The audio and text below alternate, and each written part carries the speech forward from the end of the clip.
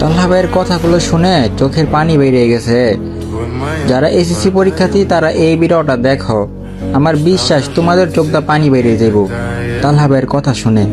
SSC পরীক্ষা হচ্ছে এমন একটা পরীক্ষা যে পরীক্ষার পরে তুমি তোমার বন্ধু বান্ধবরে হারাই ফেলতে চলছো। এসএসসি পরীক্ষা হচ্ছে এমন একটা পরীক্ষা, এরপরেই তোমার ভিতরে অনেক কিছু বুঝদান চলে আসবে। এসএসসি পরীক্ষা হচ্ছে এমন একটা পরীক্ষা, এরপরেই তুমি তোমার লাইফ নিয়ে অটোমেটিক সিরিয়াস হয়ে যাবা।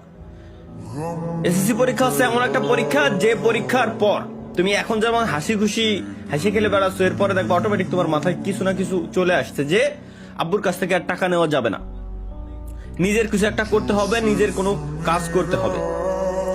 হাসি খেলে বেড়াচ্ছ না। এসএসসি প্রত্যেকটা ব্যক্তি এসএসসি পরীক্ষার পরেই 90% ব্যক্তিরই এসএসসি পরীক্ষার পরেই এই বুঝদানটা চলে আসে।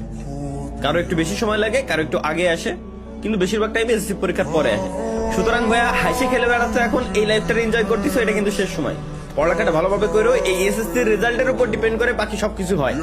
8 এর রেজাল্টও কোনো কাজে লাগে না, 5 এর রেজাল্টও কাজে লাগে না, 2 এর রেজাল্টও কাজে লাগে না, 9 এর রেজাল্টও কোনো কাজে লাগে না। রেজাল্ট কাজে লাগে তো একটাই, এসএসসির তুমি কতটুকু শিক্ষা অর্জন করছো, এটা কাজে লাগে সব সময়।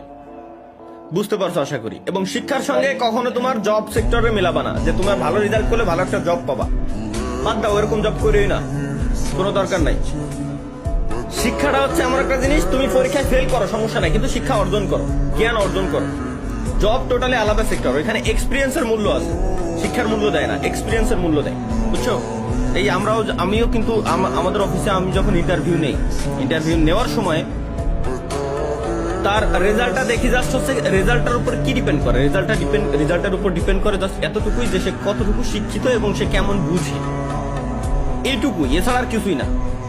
আর কোন পর্যন্ত সে পড়ালেখা করছে, যখন সে দেখি যে বিএসসি কমপ্লিট করছে বা ডিপ্লোমা কমপ্লিট করছে বা এইচএসসি কমপ্লিট করছে, তখন বুঝে যায় যে মোটামুটি তার ভিতরে একটা বুঝদান আছে, তাকে আমরা ট্রেন করাইতে পারবো। বাট সে যদি এতটুকুই শিক্ষিত না হয়, তাহলে আমরা তারে ওই ট্রেনটা করাইতে পারবো। দ্যাটস ওয়াই শিক্ষা অর্জন দরকার আছে। আর চাকরি